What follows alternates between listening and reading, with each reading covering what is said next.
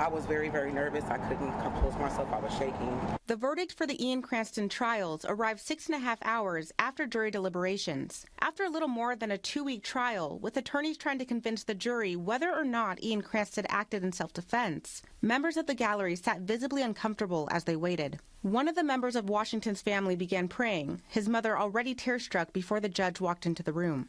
Ian Cranston's family sat in silence, waiting to hear his fate. Before the verdict was read, Judge Bagley reminded those in the court to remain seated until after the verdict was read and not to be disruptive. We, the jury, being duly impaneled and sworn in the above entitled court and cause, do find the defendant as to count 1, murder in the second degree, not guilty.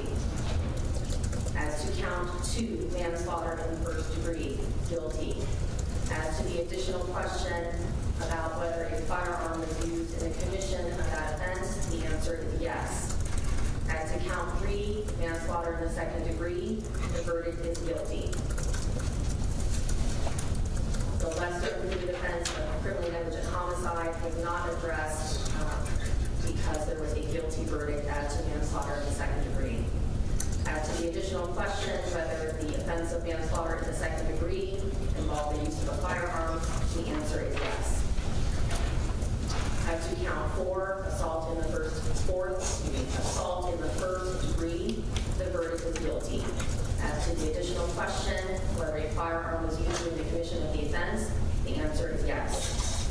As to count 5, unlawful use of a weapon, the verdict is guilty.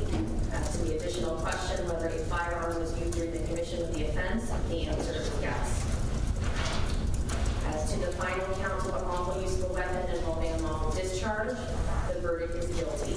As to the additional question whether the firearm was used during the commission of the offense, the answer is yes. Washington's mother cried as the verdict was being read, calling it justice for her son. I'm just so happy that I know that the jurors this was a hard case, and I'm just happy to have some sort of justice.